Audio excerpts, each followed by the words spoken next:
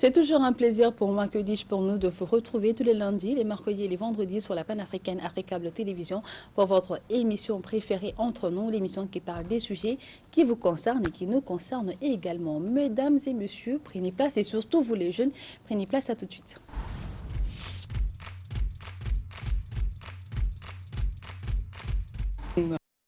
Bien le bonjour à vous, chers téléspectateurs de la panafricaine, et bienvenue dans votre émission Entre nous. Comme vous le savez, sur ce plateau, je ne suis pas seule.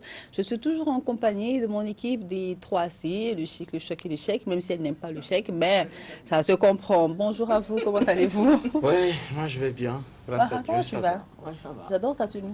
Merci. Vivi, comment tu vas? Ça va, je vais bien. Tout se passe bien? La Ça va. semaine? Bon, ça va, hein? Le train-train quotidien. Le 35 quotidien. T'as pas eu beaucoup d'argent pour m'en apporter quelques-uns? C'est ça, la train-train quotidien. Oh. On n'a pas eu. D'accord. Et toi, Aura? Ouais, ça Ta va. semaine, comment ça se passe? Ouais, tranquille. Tranquille. À la malienne. Il a eu beaucoup. La façon de sourire là, ça s'explique et puis ça se comprend. On n'a pas le choix, on sourit. Même si ça ne va pas, on sourit. Faut sourire, c'est important aussi. C'est très bien. Alors aujourd'hui, on va parler d'un sujet qui touche beaucoup des jeunes, que ce soit nos frères, nos grandes sœurs. Bon, je vais dire nos grandes sœurs, hein, parce que moi, il y a des grandes sœurs aujourd'hui qui sont toujours au chômage. Je le dis comme ça. Voilà, mes grandes sœurs, mes petites sœurs. Toi, tu n'es pas au chômage, il ne faut pas mélanger les choses. Tu n'es pas au chômage, ça fait deux choses différentes. On va parler d'un sujet qui vous intéresse beaucoup et vraiment, je vous propose, je vous exhorte à suivre cette émission parce que celui qu'on a comme invité va vous apprendre plein de choses. Il n'est pas facile à avoir, il n'est pas facile à trouver parce qu'on a galéré pour l'avoir. On l'a eu. On l'a eu. C'est-à-dire que tout ce que vous n'avez pas pu avoir, dans les formations, sur les réseaux sociaux, il en donne, mais pas beaucoup. Aujourd'hui, on va essayer d'en profiter, de puiser au maximum, comme on peut, pour que vous appreniez plein de choses sur le marché de l'emploi, n'est-ce pas? Faites comme moi. Voilà, merci beaucoup. Merci Prenez des beaucoup. notes. Prenez note, un cahier, un bic, ça sera très important parce que chacun d'entre nous va apporter un peu sa petite pierre à l'édifice par rapport à l'emploi. Alors, chaque année, ils sont plus de 100 000 diplômés arrivés sur le marché de l'emploi, un marché saturé qui n'arrive plus à répondre à la demande. C'est le problème, si le diplôme plutôt reste une arme contre la galère, il ne protège plus autant. Alors, que faire? Ou est-ce qu'il est important de faire des longues études à la recherche du diplôme le plus élevé? Que faire face à cette dégradation du marché de l'emploi? Pour tenter de répondre à toutes ces questions, nous avons comme invité le coach, si je peux le dire ainsi, hein, le coach monsieur... Il n'est pas d'accord. Non, c'est monsieur. Mais pour moi, là, c'est coach Ishaka Oumar Sissé. Il est manager du cabinet Le Repère et auteur du livre Le Code de l'emploi, tome 1, l'essentiel pour décrocher un emploi. Alors voilà le livre, hein. Un livre également qu'on va vous demander d'acheter parce qu'il y a plein de secrets dedans qui vont peut-être vous aider à avoir un bon emploi. Ça, c'est important. Alors, monsieur Ishaka, bonjour. Bonjour. Merci d'avoir accepté notre C'est un plaisir pour moi. invitation. C'est vrai qu'il est difficile de vous avoir. Ça, il faut que je reprenne ça. Parce que j'ai galéré pour l'avoir. Donc, quand tu galères pour avoir un invité là, il faut lui rappeler là, prochainement, il sera peut-être plus accessible. Non, il n'y a pas de souci. Je suis disponible, mais il faut aussi comprendre que le métier de consultant exige en fait souvent de la concentration. Donc, nous sommes obligés aussi d'honorer nos engagements parce que nous avons des contrats. Exactement. Et souvent, ce n'est pas aisé. C'est clair. Voilà, c'est juste ça. Sinon, l'objectif, c'est de la communication. Nous voulons aussi partager de bonnes informations et nous serons disponibles. D'accord. Vous avez compris, non? Moi, j'ai compris quoi. En fait, moi, j'ai compris pourquoi il est si inaccessible. D'accord. Alors, coach, non, pas coach, consultant. Moi, je ne sais pas pourquoi j'adore vous appeler coach, hein, parce que pour moi, vous êtes un coach. Vous n'êtes pas seul, Vous mais êtes c'est un un abus quand même, c'est un abus. Actuellement, ça ne me cause plus de problème, c'est plus un souci pour Voilà. moi. Sinon, en fait, il y a une différence entre les métiers, le mentorat, le formateur, le mentor, le formateur et le coach. En fait, chacun a son objectif et chacun a ses méthodes aussi. Donc, D'accord. et aujourd'hui, le coaching est un peu cadré avec des certifications, etc. Donc, j'en ai pas fait, même si j'utilise des méthodes coaching, mais je ne suis pas un coach. D'accord. Alors, pour cette émission-là, on va prendre comme un coach. Il n'y a pas de souci. D'accord, parce que c'est plus aisé pour moi hein, de dire coach, vous dites d'être là, monsieur Ishaka, monsieur Ishaka, monsieur Ishaka. Je vais le prendre le mot coach parce que vous êtes un coach pour nous. Alors, aujourd'hui, on vous suit depuis un certain temps sur les réseaux sociaux. D'accord. Et vous avez dit à maintes reprises qu'il est important pour les jeunes d'acquérir plus d'expérience professionnelle que de courir derrière les diplômes. Oui. Ça, vous l'avez dit.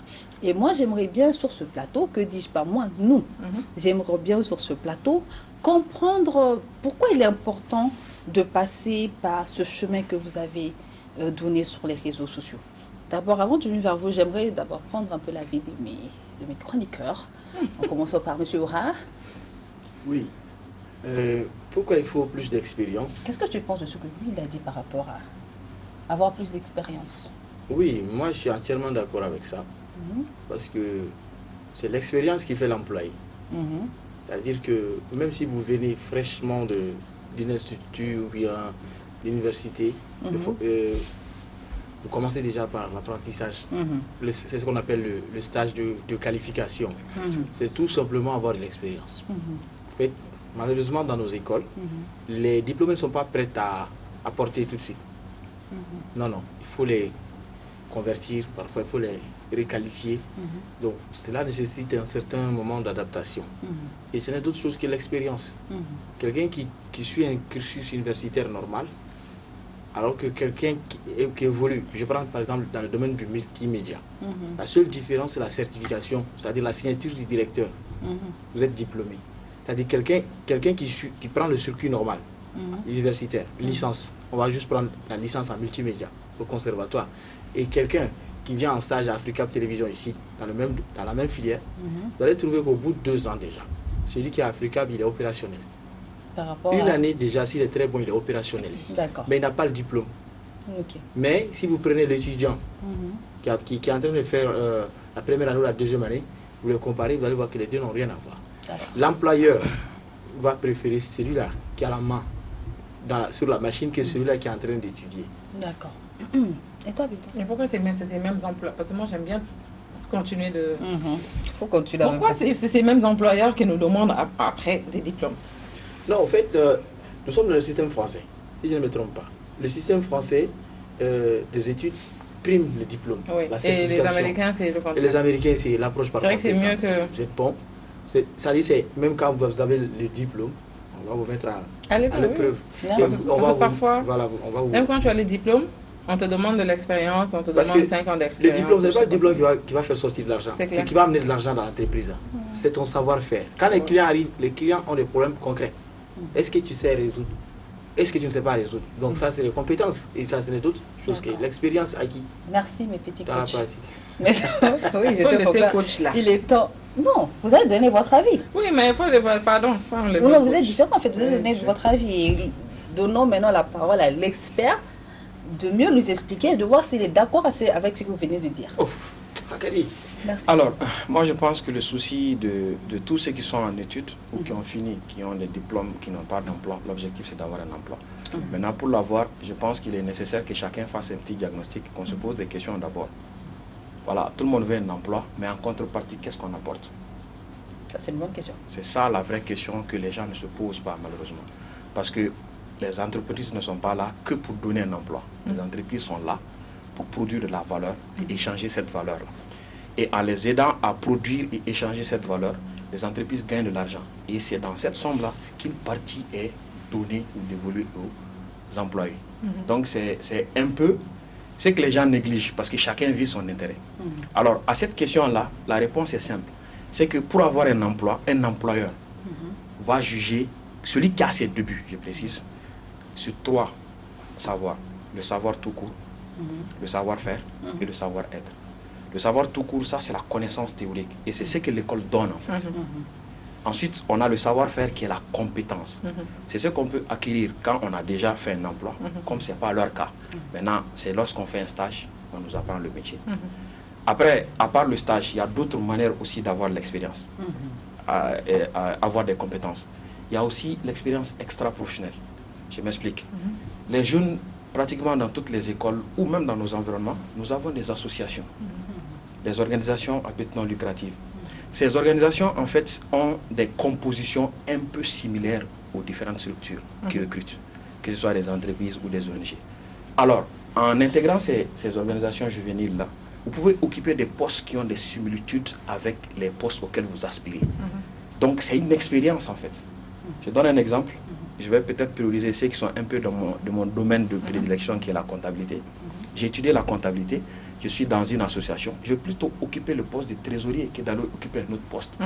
En ayant le poste de trésorier, c'est une expérience extra-professionnelle parce que le recruteur se dira, ok, si je n'ai pas des personnes expérimentées comme je le souhaite, parmi ceux qui sont ici, il y a qui? Parce que dans le pays des aveugles, le borgne est roi. Celui qui a au moins occupé pendant 1 an un poste de trésorier, il a eu à gérer l'argent d'une organisation. Donc il a un minimum de base qui lui permettrait peut-être, si pour les autres, il faut 3 mois, 6 mois pour les former, lui, en 1 mois, il sera opérationnel. Je serai prêt à le prendre. Donc ça, c'est le deuxième savoir. Et il y a un troisième aussi qui est négligé, qui n'est pas du tout à négliger, qui est le savoir-être. Ça, c'est le comportement.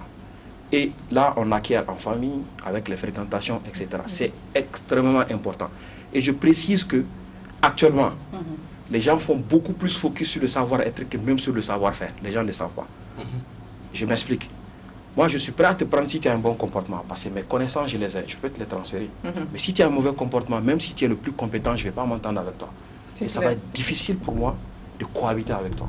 Et comment le savoir? Parce que pour le savoir-être, il faut vraiment avoir assez de temps pour être avec cette personne-là, pour un peu connaître un peu ses comportements. Alors que lorsqu'on va vers un recrutement, c'est juste pour quelques heures. C'est juste pour quelques heures, on échange pendant quelques temps. Est-ce que ce petit laps de temps peut permettre au recruteur de savoir le comportement de la personne qui est en face de lui? Oui. En fait, quand je dis savoir-être, beaucoup de gens font très juste au fait qu'on se voit. Le savoir-être peut se juger même sans se voir. Exemple, tu ne prends pas soin de bien faire ton CV, tu ne peux pas écrire ton avenir au brouillon. Et puis tu veux en fait le rencontrer ailleurs. Non, tu vas rencontrer ton avenir dans la poubelle, c'est pas possible. Donc, le savoir-être, c'est quand je reçois ton CV, qu'est-ce que je vois? Je te vois à travers ton CV. Si la personne est Donc, ce n'est pas pas forcément lorsqu'on se voit. Avant qu'on se voit même, je peux juger ton savoir-être. À travers quel soin tu arrives à rédiger un bon CV, une bonne lettre de motivation. Quelque chose qui parle de ton emploi, peut-être ta vie, ton avenir.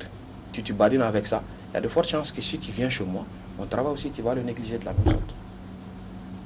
D'accord. Alors, sans pour autant oublier, vous voulez parler de cette affaire de CV qui m'intéresse un peu parce qu'aujourd'hui, il y a tellement d'applications sur Internet qui te permet de bien faire ton CV.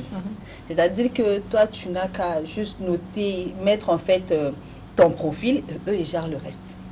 À travers ça, comment est-ce que moi je peux savoir le comportement que Bintou a, puisque Google même a fait le travail pour elle?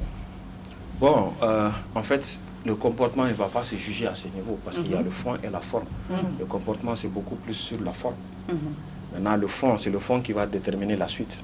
Et dans le fond, maintenant, on va prendre forcément celui qui a plus à offrir à la structure. D'accord. Parce que, comme je l'ai dit, l'entreprise n'est pas là que pour donner des emplois. L'entreprise est là pour chercher les compétences indispensables à son progrès. Ok. Vous avez parlé de problème de stage ici. Vous avez souligné la question de stage. On aura également la souligné. Et on a fait un débat ici sur les stages dans les entreprises au Mali, je me sens Guillemets, où le monsieur qui était avec nous, monsieur Dianka, qu'on salue de passage, on a parlé sur le fait que quand les jeunes vont en stage pour acquérir des expériences, ils ne vont pas pour acquérir des expériences, mais ils vont plutôt pour aller se jouer, je ne sais pas comment expliquer le mot pour ne pas être mal poli par rapport à certains trucs. Ils sont un peu des serveurs de thé, ceux qui vont faire un peu tous les tâches, c'est-à-dire que tu vas acheter du poisson, tu vas faire ceci, tu vas faire cela. La seule chose que même 90% des jeunes font, c'est la photocopie. Alors comment est-ce qu'on peut acquérir de l'expérience quand on va faire un stage dans ces entreprises-là où, au lieu de te former, on te forme dans un autre domaine qui n'a rien à voir avec le domaine pour lequel tu es venu? Bon, pour moi, le côté social peut causer problème. Par exemple, vous venez de parler de photocopie, moi je n'ai aucun problème avec ça. Moi j'ai fait 10 ans dans les cabinets d'expertise comptable. J'ai fait plus de 3 mois à faire les photocopies et relire avec ma maîtrise. Pour moi, ce n'est pas un souci. Une connaissance n'est jamais vaine en fait. Donc c'est toujours bon d'apprendre, mais que ce soit dans le cadre professionnel. Donc le plus important, pour moi, ce n'est pas forcément d'accuser les autres. Il faut que les chercheurs d'emploi cherchent d'abord à voir leurs responsabilités et à dégager cela. Le premier problème est là, parce que quand on rentre dans le fait d'accuser les autres, prendre les autres comme responsables de ce qui nous arrive, généralement on oublie de faire notre devoir. Moi je suis beaucoup plus focus sur qu'est-ce que les chercheurs d'emploi doivent faire pour avoir un emploi. Qu'est-ce qu'un jeune doit faire pour avoir un stage? Qu'est-ce qu'un jeune doit faire pour convertir son stage en un emploi? C'est ça le plus important. Et lorsqu'on n'a rien à offrir à la structure, forcément on va te mettre dans des trucs de ce genre-là. Et là aussi ça parle de savoir-être. Le savoir c'est quoi? Soit le jeune malien, soit il accepte de faire ça, soit il se révolte. Alors qu'il y a très bien et il y a de bonnes manières de dire non à quelqu'un, à un supérieur. En étant poli. En étant poli. C'est ce qui nous manque, c'est ça le savoir-être, c'est de ça dont je parle en fait. D'accord. Et là, c'est un point très important que beaucoup de jeunes négligent. Au fait, et pour appuyer ce qu'il est en train de dire, le fait que l'entreprise ou bien tes supérieurs, tes maîtres de stage te demandent de faire du thé, aller acheter du poisson, etc., n'est pas mauvais en soi. Peut-être qu'ils sont en train d'étudier ton savoir-être. Vous allez voir que y en a, si tu as la compétence, si tu as les connaissances qu'il faut, à travers les niveaux d'études que tu présentes, tôt ou tard tu vas t'en sortir. Il y a des directeurs qui se plaisent à te demander de venir lundi, tu viens lundi, tu ne les vois pas, ils te demandent de venir mardi, ainsi de suite. Pour étudier ta patience également. Ça c'est l'expérience, oui. Qui te demande de faire des travaux de, je vais te dire, au-delà, c'est-à-dire, en ce moment, ils sont en train d'étudier. Au fait, pour les gens qui sont expérimentés, à chaque fois même qu'ils t'appellent au téléphone, toi tu penses que c'est un appel normal ou que c'est un test. Ils analysent ta façon de parler au téléphone. Ils analysent la façon dont tu envoies tes messages. En t'ayant sous les yeux comme ça, quand tu fais les petits bruits, ils t'observent. Est-ce que tu es honnête? Quand on te donne 5 000 francs pour acheter le poisson là, est-ce que tu ramènes les monnaies? Est-ce que tu ramènes la monnaie? Tout ça, parce qu'ils cherchent, en tout cas ceux-là qui sont expérimentés. Je sais qu'il y en a qui abusent, mais les plus expérimentés, qui cherchent à te recruter vraiment. En fait, même si les personnes là cherchent à t'exploiter, mais même dans la photocopie, tu peux avoir quelque chose. En fait, tu peux te rendre indispensable. Oui, tu peux faire la copie de telle sorte que personne d'autre ne fera la copie de cette manière-là. À chaque fois que l'entreprise aura besoin de faire la copie, appelez un tel, c'est lui le meilleur. Je vais peut-être confirmer, parce qu'en cabinet, j'ai vu quelqu'un qui a été retenu parmi les stagiaires parce qu'il savait très bien relier.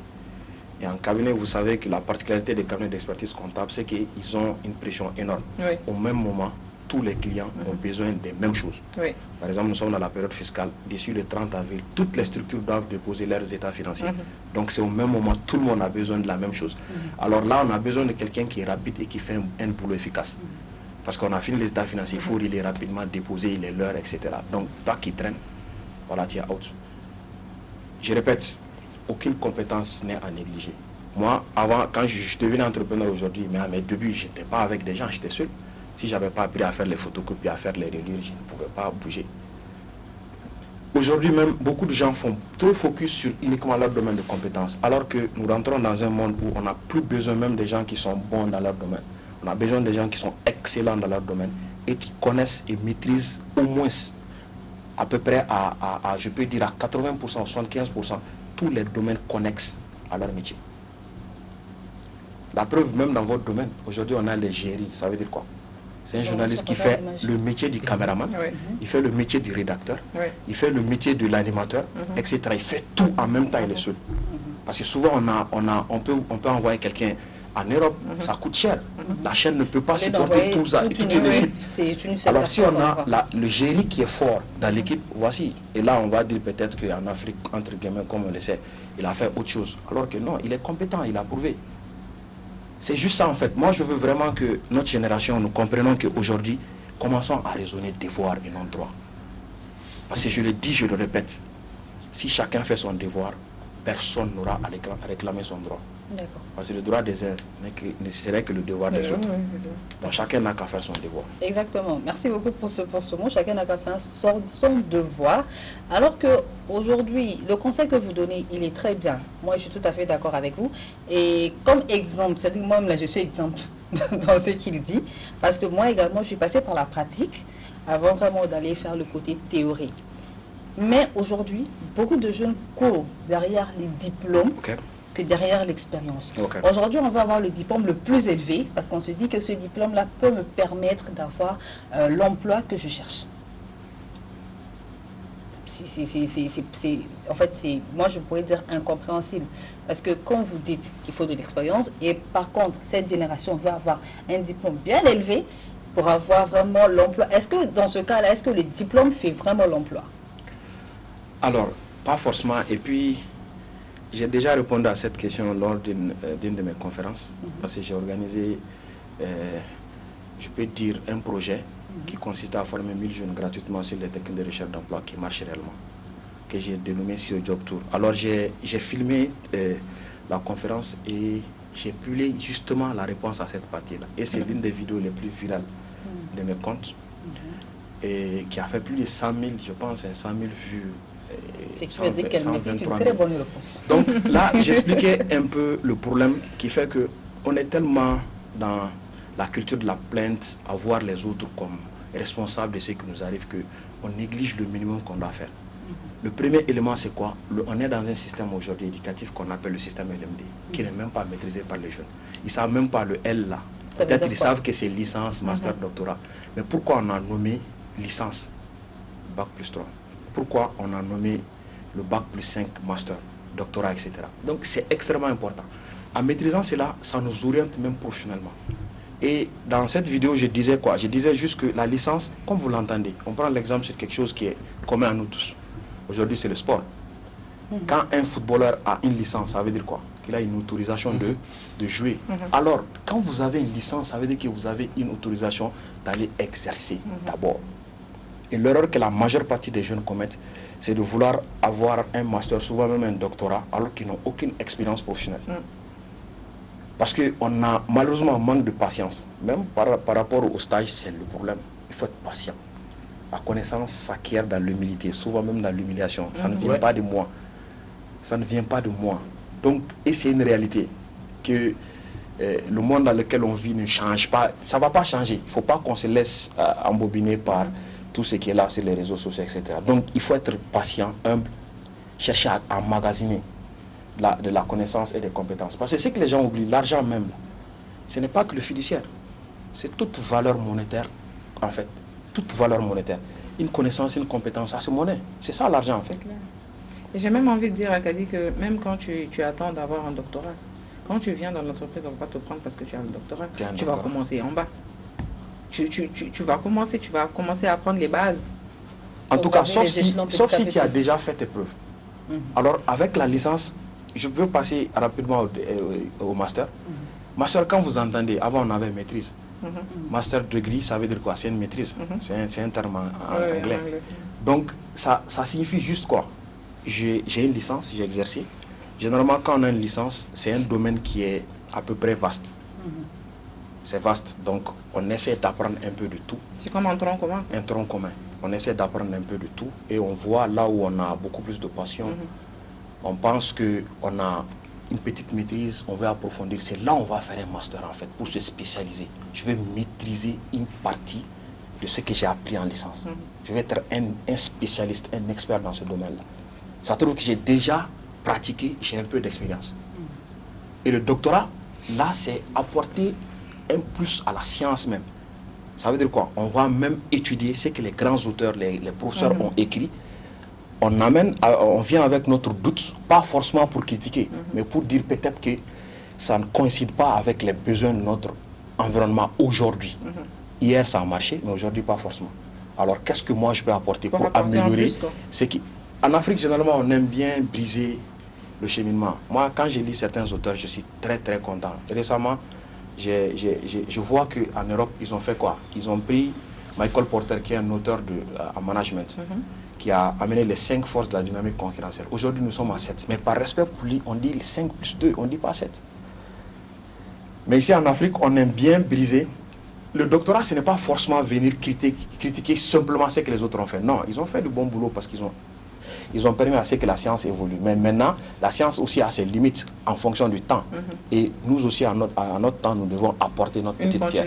Donc, c'est un peu sa licence, master, doctorat. Il faut que les jeunes comprennent qu'à partir de la licence, débrouillez-vous à avoir un stage, un emploi.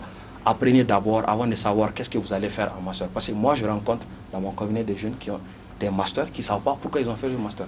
Ça, c'est des masters, pourquoi ils ne savent pas, pourquoi ils ont le master. Alors, je vous ai dit de suivre cette émission parce que je sais que beaucoup de jeunes ne savent même pas la licence, c'est quoi, le master, c'est quoi, à plus forte raison, le doctorat.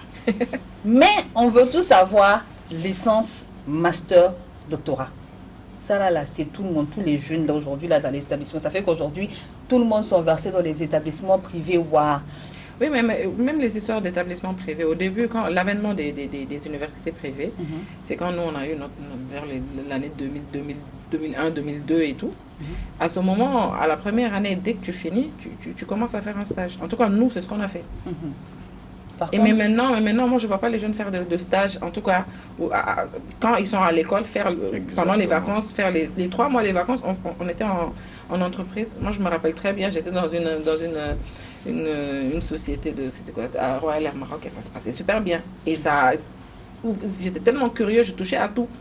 Et voilà, c'est important. 2e année aussi, 3e année aussi, 4e année. Au fait, moi, ce que je voulais et là, aussi... ça te conforte dans ce que tu veux que moi aussi, je voulais ressortir, c'est l'offre de la formation au Mali. D'accord? Si vous prenez nos universités, je suis désolé, qu'est-ce qu'un sortant des lettres modernes peut avoir sur le marché de l'emploi actuellement? Qu'est-ce qu'un sortant des filières, comme en anthropologie peut avoir sur le marché? Un sortant en psychologie, qu'est-ce qu'il a comme chance comparé à des jeunes qui étudient, par exemple, le développement rural? Au fait, quand vous partez sur le marché de l'emploi, ce qui est désolant, c'est que les entreprises recherchent. Ce que le marché recherche, ce ne sont pas les profils là qui sont dans les universités. Aujourd'hui, les jeunes sont lésés. Et moi, j'aimerais bien que notre spécialiste nous aide à mieux comprendre, parce qu'il y a des jeunes qui nous regardent qui ont fait lettres modernes. La plupart d'entre eux, le plan de carrière, c'est quoi? Je fais ma licence. Quand je termine, je vais aller chercher... Il y en a qui vont à l'ENSUP, d'autres vont dans les... comment ça s'appelle? Le niveau secondaire, là. Et dans les... IFM. Pour enseigner. Pour enseigner. Ok. D'accord, c'est le plan. L'anthropologie, IFM. Géographie, IFM. Ainsi de suite. Alors, comment on peut, comme vous connaissez bien le marché de l'emploi, avec les besoins des jeunes, comment on fait aujourd'hui pour pouvoir pallier à ça? Alors, le premier problème pour moi, c'est d'abord le fait que notre marché de l'emploi nous est imposé par l'extérieur. Parce que malheureusement, il y a une très forte guerre qui est née entre l'entrepreneuriat, le salariat, etc., qui pour moi est la plus grosse bêtise humaine, si nous ne faisons pas attention, qui va créer des suremplois en Afrique. Parce que c'est très important de savoir qu'on a besoin d'entrepreneurs, on a besoin de salariés, parce qu'aucun entrepreneur ne peut réussir seul. En même temps, on a besoin de très bons fonctionnaires. Le seul hic qu'il faut comprendre, l'État ne peut pas tout prendre en charge. C'est clair. Le privé ne peut pas recruter tout le monde. Il faudrait que certains deviennent des entrepreneurs pour créer de la chance aux autres. On est d'accord avec ça, c'est très important. Alors, parlant du marché de l'emploi, ça nous est imposé. Sinon, moi, je peux vous dire qu'un psychologue, c'est l'un des domaines d'avenir d'ailleurs même. Bizarrement, les gens ne le savent pas. Parce qu'aujourd'hui, les structures ont beaucoup plus besoin de psychologues parce que nous rentrons dans un environnement purement capitaliste où tous les employés sont surchargés, excessivement sous pression. Et nous avons beaucoup plus besoin de psychologues pour les canaliser. Aujourd'hui, dans toutes les grandes structures, les directions des ressources humaines ont un psychologue en fait. C'est bien possible. Le problème, c'est... C'est des postes qui sont très rares. C'est pas rare en fait, c'est méconnu. C'est parce qu'au niveau de l'école même, il y a... Moi, je suis d'accord sur le fait que le système aujourd'hui, il est vraiment à revoir. Sincèrement, à revoir. Parce qu'il faut un travail d'ensemble, selon moi. Les demandeurs, d'accord, les chercheurs d'emploi, mais aussi ceux qui produisent les chercheurs d'emploi. Ils doivent se réunir de temps en temps, voir le besoin, adapter les formations à cela, comme vous l'avez dit. C'est extrêmement important. Sinon, c'est pas vous seul, je vois sur les réseaux sociaux beaucoup de gens le dire, critiquer certains domaines qui sont des domaines d'avenir d'ailleurs. L'être moderne, aujourd'hui, nous avons assez de maisons d'édition, nous avons des problèmes d'édition. Ils peuvent aider dans ce sens-là. Il y a des domaines dans lesquels c'est juste que les jeunes ne maîtrisent pas, ils ne savent même pas pourquoi ils sont en train de faire telle filière. Et ça remonte à l'orientation, selon moi, depuis le DEF. Voilà, c'est ce que parce que le choix, on a un raisonnement qui, malheureusement, même notre État a ce problème. Je m'explique. Aujourd'hui, quand tu regardes la ville de Bamako, ça c'est la plus grande ville. On est obligé en fait souvent de briser certaines zones pour pouvoir réaliser des infrastructures. Ça veut dire quoi? Que lors de l'aménagement à la mairie, ils n'ont pas prévu, ils n'ont pas regardé à long terme. En fait, nous raisonnons généralement à court terme d'abord, alors qu'il faut avoir une vision plus lointaine. Et cette vision est subdivisée jusqu'à venir au court terme même. C'est ce qu'on fait chaque jour. Donc, depuis le DEF, moi j'ai fait mon choix. J'ai eu des pressions énormes, personnellement. J'ai fait mon choix. J'ai eu des pressions du papa, j'ai eu des pressions de certains grands frères qui avaient comment on appelle ça, qui voulaient que je fasse d'autres filières. Mais moi, j'avais fait mon choix et j'ai assumé. En fait, le problème ici, ça se situe à quel niveau? Pour la plupart des Maliens, des jeunes Maliens qui n'ont pas les moyens, ils sont obligés de passer par l'université publique. C'est ça. Et les offres au niveau de l'université publique sont limitées. C'est pas quand tu fais certaines filières et que tu arrives même avant d'aller avant d'aller dans une université privée, tu es d'abord orienté. Quand on t'oriente, tu es là, tu sais pas quoi faire. Soit tu fais, quand tu fais SHT, soit tu fais anglais, soit tu fais... Les gens étudient par défaut. Ça a commencé par nous, hein. Je veux juste appuyer tout ce que vous venez de dire. C'est que moi, je suis passée par la Flash. C'est-à-dire qu'à la Flash, par exemple, il y a deux filières qui ont plus de priorité. C'est-à-dire souvent, c'est l'anglais. Et quand la filière de l'anglais est pleine, saturée, il y a une autre filière qui vient. Lorsque celle-là aussi est pleine, saturée, les autres étudiants qui sont là ne savent plus quoi faire. Donc, il y en a qui vont en linguistique parce que l'autre là, c'est saturé. Donc, je n'ai pas le choix, je vais aller comme ça. Je ne sais pas pourquoi je fais. En lettres modernes, ils s'en vont parce qu'ils ne savent pas pourquoi ils doivent aller là-bas. Là où je voulais partir là. Je vais parler en français facile. Là où je voulais partir là. C'est saturé. Non, il faut que les jeunes comprennent en fait. Parce qu'ils sont beaucoup qui le font. Oui. Là où je veux partir là, c'est saturé. Comme je ne peux plus aller là-bas, je vais passer par ça. Je vais faire ça alors que je ne sais même pas là où ça va me mener. Les bacheliers. Quel emploi il y a bas? Il y a dans certaines filières, il y a des bacheliers de 2022 qui attendent encore. Ils n'ont pas encore commencé le cours parce qu'il n'y a même pas de salle. Oui. Non, mais ça c'est un autre problème encore qui vient.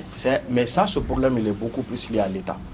Ça, je peux le comprendre parce que le développement des infrastructures pour les écoles va à un rythme très, très moribond par rapport, en fait, à l'affluence démographique de notre pays. Donc, aujourd'hui, on a beaucoup plus besoin de salles, mais on n'en a pas. Et malheureusement, on fait avec les moyens de bord. Comme je l'ai dit, moi, je n'aime pas faire juste une analyse, comment on appelle ça, longitudinale, où je prends quelqu'un, je critique. Non, il faut prendre d'autres critères en compte. Moi, j'ai fait personnellement des déplacements. Les victimes de ce système-là, aujourd'hui, c'est ceux-là que vous conseillez, n'est-ce pas? Oui. Alors, qu'est-ce qu'on doit leur proposer? C'est ceux-là qui ont déjà leur maîtrise en poche. Par exemple, en anthropologie. Quand ils viennent, qu'est-ce qu'ils doivent faire pour se donner plus de chance sur le marché de l'emploi? Parce qu'ils n'en trouvent pas. Il y a de la reconversion. Il faut se former. Il faut se former. Comme je l'ai dit, je peux peut-être me répéter rapidement. J'ai dit il y a l'expérience professionnelle, il y a l'expérience extra-professionnelle, mais il y a aussi les formations qualifiantes qui sont extrascolaires. Il faut se former en dehors de l'école. Moi, personnellement, je l'ai fait. Mais concrètement, qu'est-ce qu'on a aujourd'hui pour ces centaines de milliers de jeunes qui sont sur le marché? Personnellement, j'ai envie de me reformer. Non, moi, je veux juste... Ce que je veux surtout vous faire comprendre, c'est quoi? C'est que nous sommes dans un environnement très complexe. Parce qu'à chaque fois que vous touchez à un élément, ça nous renvoie à beaucoup d'autres choses. Je vais m'expliquer, je vais rentrer encore en profondeur pour expliquer les causes. Parce que vous parlez de la responsabilité de l'État en quelque sorte. Qu'est-ce que l'État fait pour changer les choses? Moi, ma question, je comprends. Vous en tant que spécialiste, en tant que conseiller, les victimes, tous quand on parle de victime, ça veut dire que quelqu'un est coupable de quelque chose. Non, moi je parle de victime. Pourquoi victime? Parce que des gens qui n'ont pas eu le choix, qui ont déjà leur maîtrise en poche, quelqu'un qui cherche un emploi. Il cherche un emploi. Moi, j'informe. Il y a des gens qui sont en emploi aujourd'hui. Peut-être qu'ils me suivent sur AFECAP. Il y a des gens qui me suivent, qui ont fait des reconversions. Par exemple, surtout les sortants de la Flash. Ils sont beaucoup plus prisés dans le domaine des ONG. Ils font des reconversions dans des domaines qui sont demandés sur le marché de l'emploi aujourd'hui. Et quand on prend les ONG, essentiellement, c'est la gestion de projet. Ça, c'est les postes de coordinateur, chef d'équipe, etc. Il y a le domaine de suivi et évaluation. Donc, que ce soit les enquêtes ou le chef d'équipe qui est chargé, en fait, de l'analyse. Les enquêteurs vont... Justement, est-ce qu'il y a des structures reconnues par l'État ou bien par ces ONG-là qui forment? Si, nous formons. Le problème, c'est que c'est la lenteur de l'État. Comme je l'ai dit, nous sommes dans un pays aussi qui n'est pas très dynamique juridiquement. Dans les ONG, on demande les diplômes. J'ai dit, ce n'est pas le diplôme forcément. Moi, j'en ai formé avec des attestations de formation qui sont en emploi aujourd'hui. Grâce à l'attestation? Si, grâce à l'attestation de formation. C'est bel et bien possible. Et il y a beaucoup de cabinets de formation, nous ne sommes pas seuls. Beaucoup de gens me disent même que pourquoi je fais souvent la promotion même des autres cabinets. J'ai dit non, mais je pense qu'on a ce besoin-là. Moi, j'ai fait mon évaluation. Je doute fort qu'il y ait un cabinet jeune qui forme en nombre plus que moi mon cabinet. À Bamako, j'en doute. Peut-être que je pourrais avoir la confirmation parce que je n'ai pas. Mais nous ne dépensons pas 1000 par an. Il y a combien qui sortent par an? Donc, il faut que les gens comprennent qu'il y a des cabinets.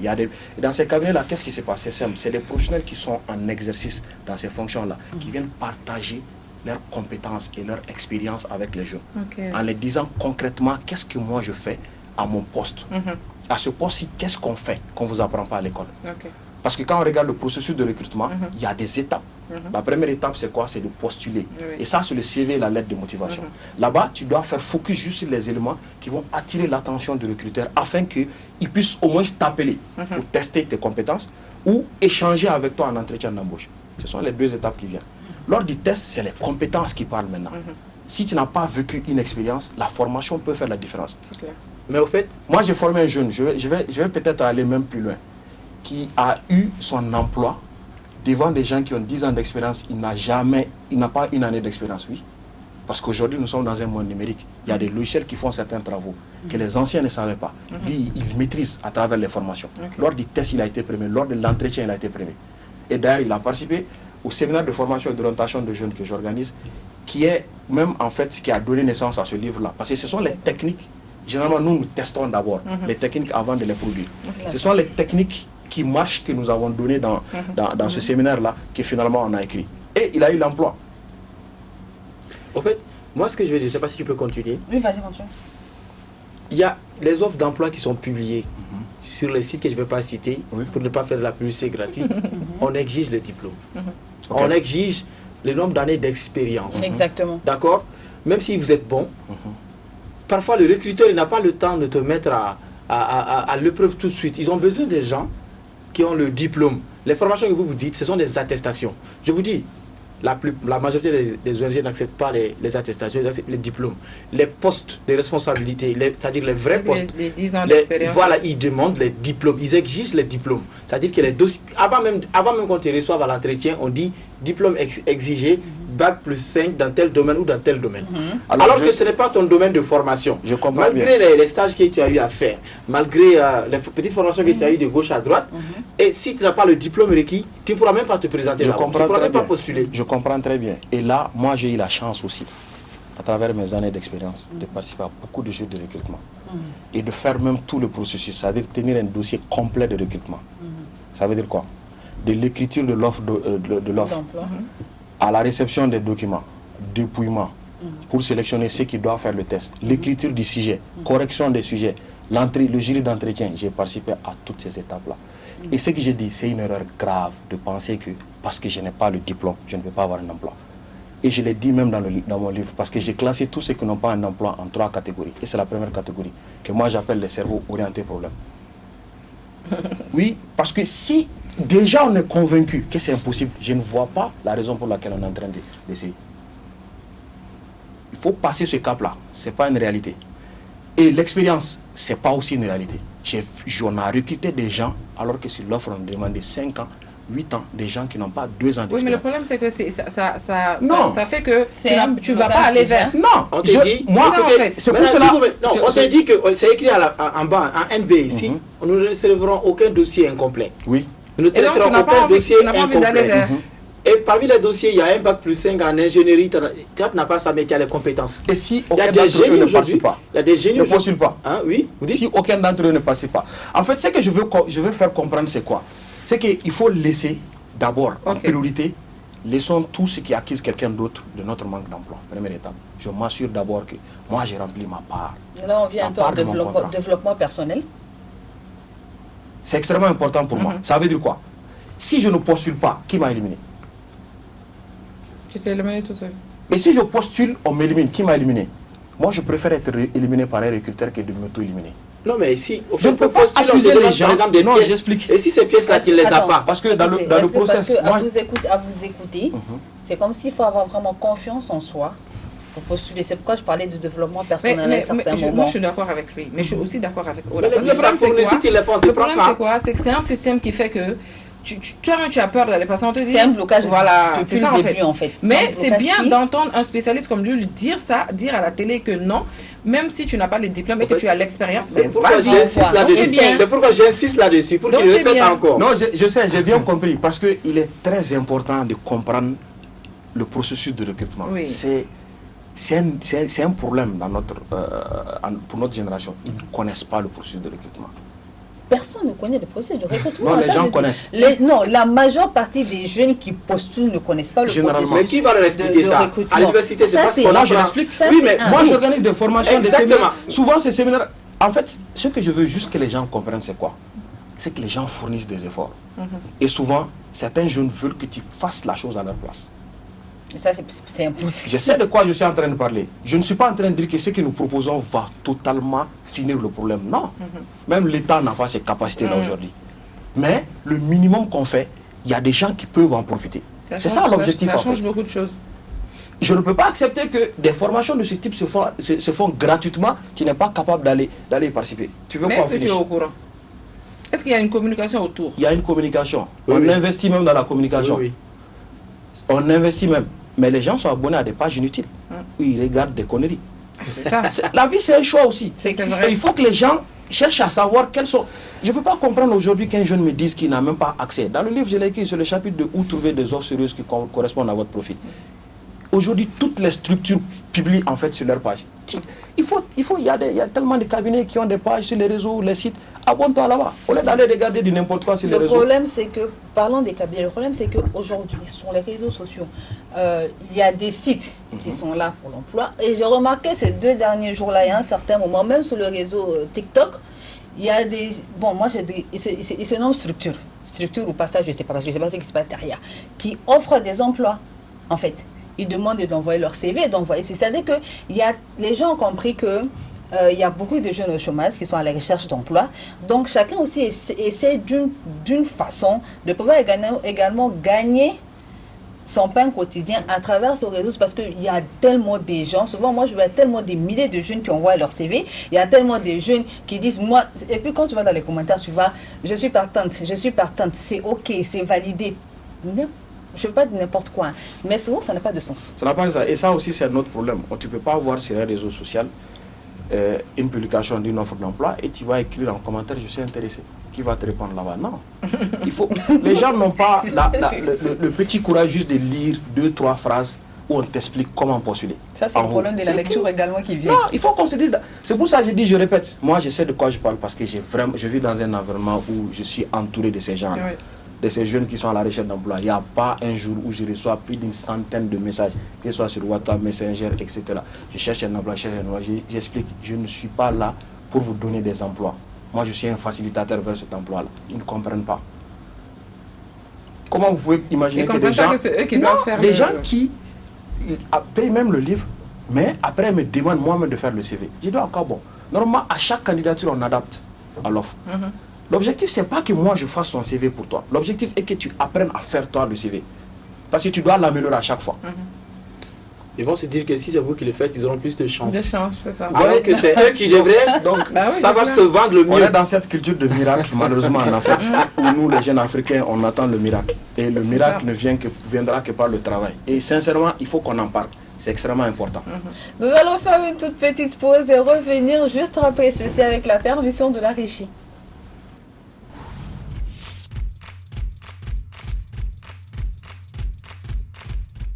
C'est très compliqué. Non, mais je suis d'accord avec lui, le fait que le Mali a fait lundi, mercredi et vendredi à partir de 11h. Bisous de moi.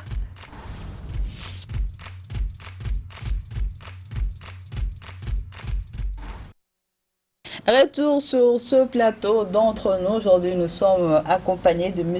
Ishaka Omar Cissé et nous parlons d'un thème très intéressant qui va vraiment aider beaucoup de jeunes aujourd'hui. L'importance d'acquérir de l'expérience en dépit des diplômes. Mais en même temps, on a touché tellement de points, tellement de zones que moi, je me dis que chaque jeune qui nous suivra aujourd'hui pourra comprendre un peu les mots qui nous détruisent, les mots pour lesquels aujourd'hui on n'a pas d'emploi. Tout le monde veut vraiment travailler, mais quand même il faut savoir, tu veux travailler, pourquoi, qu'est-ce que tu dois faire pour avoir un emploi. Le coach, aujourd'hui on en profite du coach, ça je vous ai dit, c'est un coaching gratuit. Vous êtes en train d'en profiter, au maximum pour pouvoir acquérir des connaissances qu'il va partager avec nous. Alors, Monsieur Ishaka, moi j'ai une question pour vous. Est-ce que pensez-vous qu'il serait judicieux pour l'État qu'il y ait plus d'écoles de formation afin que les jeunes puissent acquérir des expériences professionnelles? Bon, alors moi, je vais toujours revenir à la partie responsabilité. Parce que moi, sincèrement, j'ai développé une philosophie, j'ai une mentalité. Et je doute que ça puisse changer parce que c'est la résultante de beaucoup d'années d'expérience et de beaucoup de diagnostics. Il faut d'abord qu'on comprenne que l'État, c'est nous. Moi, par exemple, en créant mon cabinet, pour moi, l'État a fait quelque chose. Parce que l'État, c'est moi. Je constate un problème dans mon environnement. Si j'ai la solution, je dois l'apporter. Donc, pour moi, il ne faut pas forcément attendre l'État.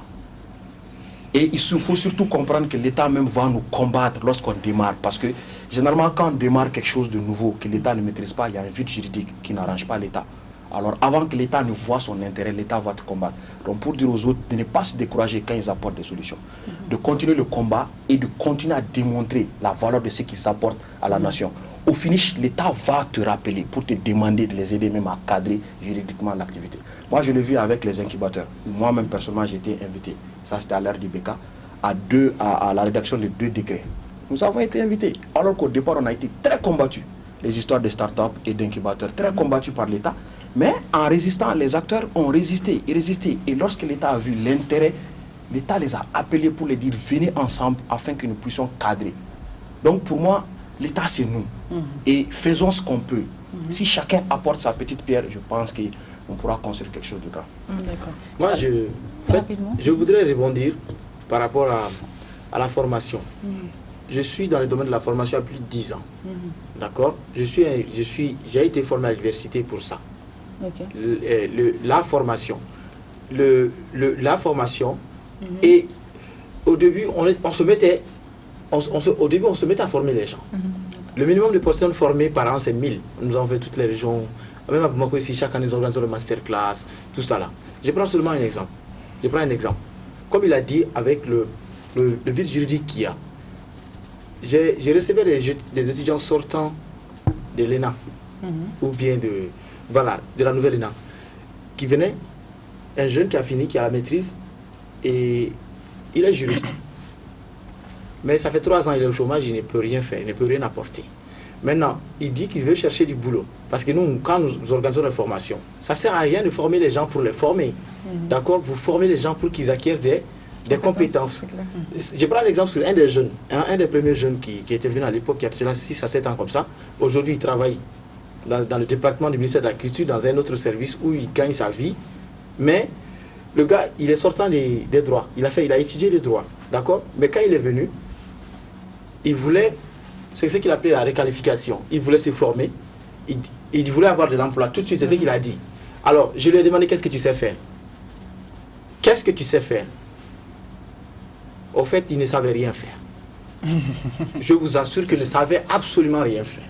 Et il n'est pas le seul aujourd'hui. Il y a des milliers de jeunes qui sortent de l'université, ils ne savent rien faire, qui peuvent servir la société en question. Et en écriture, d'accord? En écriture, rien. Compétences techniques, rien. Alors, quand il est venu, pour raccourcir la petite histoire, on était sur une formation sur les techniques d'animation. Les techniques d'animation. Ce qu'on appelle ici, entre parenthèses, DJ. Je l'ai mis dans le DJing. D'accord? Et le gars, il ne s'est pas découragé. 6 mois plus tard, après seulement 6 mois, il y a un de mes contacts aussi. Parce qu'au fait, les jeunes ont des vrais problèmes, ils veulent de vraies solutions. Alors, à quoi ça sert de les former, de les laisser là comme ça? Si vous les formez aussi, vous les accompagnez, vous les orientez et vous les aidez à s'insérer. C'est aussi ça, c'était ça, pour nous, c'était tout un processus. Maintenant, qu'est-ce qui s'est passé? Un de mes contacts m'a appelé dans une structure d'État qui vient d'être renouvelée, tout ça avec des nouveaux équipements. Et puis, il vient, il dit, j'ai besoin d'un technicien, son. Est-ce que tu peux me trouver quelqu'un, comme il a dit, le savoir-être là, quelqu'un de bon, de disponible, quelqu'un de, voilà, qui connaît. Il dit, ok, je l'ai envoyé. Il dit, bon, je te préviens, il n'est pas spécialiste dans le domaine, il n'a pas fait les études pour ça, mais il sait faire. Il dit, si c'est vous qui me le recommandez, amenez-le, je le prends en entretien. Le gars est parti pour l'entretien à midi, il n'est pas rentré chez lui. Ça vaut plus de 5 gars qui travaillent dans la même structure aujourd'hui, où il monte en truc. Donc ça c'est juste, voilà, ça c'est juste, imagine quelqu'un qui quitte le droit et qui se retrouve ingénieur ou technicien de son. Pendant ce temps, il y a des gens qui disent que non, moi j'ai étudié le droit, il faut que je sois juriste. Moi j'en connais des recalés du bac aujourd'hui qui ont développé des applications. En fait, il y a tellement, je sais que j'ai l'habitude de dire, il y a tellement de raisons pour accuser les gens de ne rien faire que Finalement, il faut qu'on arrête ça et qu'on accepte d'être humble, d'aller apprendre autre chose. Et puis les gens ont assimilé un peu le diplôme, les études, en fait, à quelque chose de plus beau ou de meilleur que ce que font les autres. C'est une erreur aussi. C'est ce que les gens aient l'humilité d'accepter que si mon domaine ne marche pas, je vais faire autre chose. Et aujourd'hui, nous rentrons dans un monde aussi très complexe. Il faut savoir désapprendre, réapprendre. Oui, tous les métiers sont menacés aujourd'hui. Donc il faut savoir apprendre, désapprendre et réapprendre. C'est indispensable. Et moi, je ne me limite pas à ça. Moi, si je vous dis mon métier de base, vous n'allez pas croire. Je suis même en formation pour l'obtention du diplôme d'expert comptable. C'est ça, ma formation de base, c'est la comptabilité. Elle a dit économiste. Donc j'ai fait la FSEG, après je suis dans le cursus de l'expertise comptable. J'ai fait les cabinets. Mais aujourd'hui, spécialiste en marketing où j'aide des structures à développer leur plan marketing, leur stratégie commerciale, etc. et d'autres domaines. On a aussi notre organisation qui est totalement dévolue à l'entrepreneuriat et à l'investissement. Donc c'est pour dire qu'il faut qu'on arrête d'accuser les autres. Tout notre problème, je répète, vient de là. À partir du moment où on devient responsable de tout ce qui nous arrive en bien ou en mal, à partir de cet instant-là, on ne laisse place à rien d'autre qu'à l'action pour avancer. C'est clair. Et aujourd'hui, j'aimerais ajouter quelque chose, c'est que beaucoup de jeunes également aimeraient travailler dans des bureaux. C'est pas tout le monde qui est fait pour le bureau. Voilà, tout le monde n'est pas fait pour le bureau, mais on veut tous être dans un bureau climatisé, porter des vestes tous les jours à ce moment qui va être sous le soleil. Ah, c'est ça le problème. C'est ça la question qui reste et puis n'a pas de réponse. Et ça, c'est vraiment incompréhensible. Et il est temps que beaucoup de jeunes se reconvertissent, comme l'a dit le coach ici présent.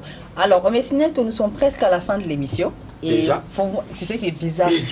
C'est tellement rapide. C'est quand c'est intéressant que c'est rapide. Merci. C'est passé tellement rapidement que ça fait un bout de mois. Je demande le temps, mais on me dit vraiment que c'est fini. Alors, quant à vous, je ne vais rien vous dire. Vous, c'est bon. Je vais laisser la parole au coach de donner des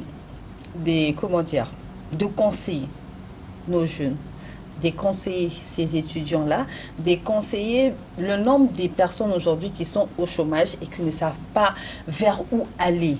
Vous avez parlé de formation. Moi, j'allais rebondir sur ce point-là. Malheureusement, on est passé, mais je vais y revenir très rapidement. Est-ce que la formation est accessible à tous par rapport au prix? Si, c'est accessible. C'est accessible, le prix est abordable? Si, c'est abordable. D'accord. C'est abordable. Et même parlant de là, moi, j'ai dit aux gens, allez-y faire d'autres travaux pour avoir les moyens de vous former. Qu'on se dise la vérité, personne ne doit rien à quelqu'un ici, que ce soit un emploi, une formation ou autre chose. Il faut que les gens assument ce qui les arrive. Si les gens t'aident, c'est un plus. Mais sois maître de ta vie, ta réussite, ton échec, assume. C'est ce qui est très important, c'est ce qui manque à notre génération. Il faut qu'on assume. C'est extrêmement important. Ça, c'est important. Alors, votre conseil, on l'écoute. Alors, pour ceux qui sont à la recherche d'un emploi, qui veulent être salariés, parce que ce que les gens oublient, c'est qu'il y a plusieurs solutions. Il y a l'entrepreneuriat qui passe par l'auto-entrepreneuriat d'abord. Voilà. Donc, mais pour ceux qui veulent être salariés, comme c'est le thème d'aujourd'hui, moi, je vais juste leur donner la solution que moi j'ai écrite dans mon livre à travers les différents chapitres. Le premier chapitre, c'est le mental du chercheur d'emploi qui en trouvera. Et ce mental nous dit qu'il faut être responsable de son manque d'emploi et n'accuser personne. Le chercheur d'emploi avec le bon mental, même si on demande 10 ans d'expérience et qu'il n'y a que 2, il postulera. Le chercheur d'emploi avec le bon mental, lorsqu'il va à un entretien ou à un test, qui se rend compte qu'il a manqué l'emploi parce qu'il manque d'une compétence, se réjouira parce qu'il vient d'apprendre comment avoir cette compétence-là demain pour ne pas tomber dans l'erreur. Exactement. Le chercheur d'emploi avec le bon mental, même si, je répète, il a un bon mental, il a un bon CV, une bonne lettre de motivation, il postule, on l'appelle pour un test, il valide le test, on appelle pour un entretien, il valide l'entretien. Et après ça, on ne le retient pas. Il se dira que c'est la structure qui a perdu la merveilleuse opportunité de l'avoir et non pas le contraire. C'est ça le bon mental. À partir de cet instant-là, vous devez vous poser la question où et comment trouver des offres d'emploi sérieuses qui correspondent à mon profil. J'en ai donné plusieurs et je vais peut-être, je ne sais pas si j'ai le droit de faire de la publicité gratuite, mais quand même je vais vous dire, même mon cabinet a un site dédié à ça et c'est gratuit. Nous publions presque tous les jours beaucoup d'offres d'emploi et j'en partage même sur ma page personnelle. C'est Ressources Repères. Ressources Repères, nous avons une page sur Facebook, sur LinkedIn et il y a le site. Et lorsque vous avez des offres d'emploi, postulez. Postuler, c'est avoir un bon CV, une bonne lettre de motivation. Comprenez que le CV et la lettre de motivation n'ont pas pour objectif de vous donner directement un emploi. Mais l'objectif, c'est d'attirer l'attention du recruteur afin qu'il ait envie de vous rencontrer. Vous rencontrer pourquoi? Pour soit tester vos connaissances, vos compétences, ou soit tester votre expérience à travers un entretien. Et le test, on va vous juger généralement sur 70%, ce que vous avez appris à l'école, et 30%, ce que vous n'avez pas appris à l'école, qui se fait réellement dans le métier. Et ça, si vous n'avez pas ça, allez-y vous former, il n'y a pas d'excuse. Et l'entretien d'embauche, ça ne s'improvise pas, ça se prépare. Il y a des questions qu'il faut savoir ce que le recruteur a derrière la tête en posant cette question et comment y répondre avant d'être sur les lieux. Donc je pense que ça va être compliqué de rentrer trop dans les détails, mais tout ceci est expliqué déjà dans le livre en fait. D'accord. Les différentes étapes. Et une dernière partie, c'est par rapport à un chapitre bonus que j'ai mis, comment transformer son stage en emploi. L'erreur que les jeunes commettent, on accuse les chefs de les traiter comme en fait des boys ou autres, mais la plupart se comportent comme ça. Parce qu'ils ne savent pas que le stage aujourd'hui, on fournit les mêmes efforts pour avoir un stage que pour avoir un emploi. Alors si on l'a, on doit se comporter comme quelqu'un qui est déjà retenu. Et en se comportant comme cela, on sera retenu. Et j'ai donné des astuces, comment moi j'ai fait, parce que le premier endroit où j'ai fait mon stage, j'ai un contrat là-bas. Donc comment j'ai fait? Et c'est là-bas que je parle des 3 savoirs et je mets l'accent sur le savoir-être, qui est extrêmement important. Merci beaucoup, Monsieur Ishaka Oumar Cissé. Le Code de l'emploi, tome 1, l'essentiel pour décrocher un emploi, c'est-à-dire que tous les jeunes doivent avoir ces livres-là pour prendre le temps de le lire. En fait, c'est bien d'avoir le livre. C'est bien d'avoir le livre. Ça, il faut vraiment que j'appuie ça. Parce qu'après cette émission, tu vois, peut-être il y aura beaucoup de gens qui vont acheter le livre. Mais il est important de le lire et de comprendre. C'est pas pour aller acheter et puis déposer à la maison là, et puis appeler pour dire j'ai lu, j'ai pas compris. Non, il faut lire, il faut comprendre ce qui est dit dans le livre. Ça va vous permettre peut-être d'avoir un emploi et d'avoir l'emploi que vous recherchez réellement. Réellement. Il ne faut pas acheter des livres et puis aller déposer à la maison que j'ai lu, j'ai pas compris, alors que vous n'avez pas lu. Et pour compléter là, ceux qui n'ont pas d'argent pour acheter là, allez-y faire un autre boulot pour acheter les livres. Merci. Ça c'est vraiment important. Merci beaucoup. Cherchez de l'argent, allez-y travailler. En fait, il n'y a pas de saut-métier dans la vie. Il n'y a pas de saut-métier. Il n'y a pas de saut-métier. Tous les métiers sont des métiers honorables. Il n'y a pas de saut-métier. Chaque métier a un prix. Donc, travaillez à la sueur de votre front pour avoir ce que vous recherchez vous-même. C'est très important. Et c'est sur ce que prend fin cette émission. Merci de nous avoir suivis. Merci à vous, Monsieur Ishaka Oumar Cissé. Ce fut un plaisir de vous avoir sur ce plateau. Merci à vous, mon équipe, que je retrouverai le lundi. On est ensemble. Le lundi, le mercredi. Le lundi et le mercredi pour des nouveaux débats qui vous intéresseront également les uns aux autres. Merci à l'équipe technique qui était avec nous, Bourama Soumano au son et Diko Aïsata à la réalisation. Et également, merci beaucoup à la post-production avec Moussa Toubia, Madame Kamara Aminata. Merci à vous tous, on se dit